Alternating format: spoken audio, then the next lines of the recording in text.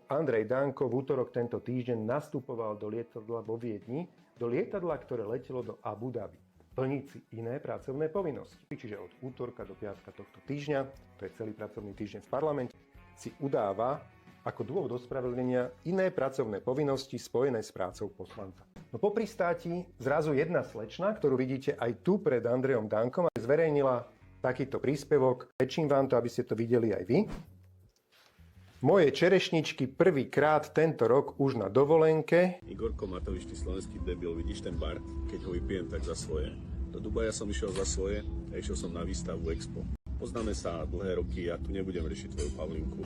Neriešim ani to, že za 7 dní zaplatíš viac ako 20 000 eur. Značný podvod, ktorý žiaden zamestnanec nemôže.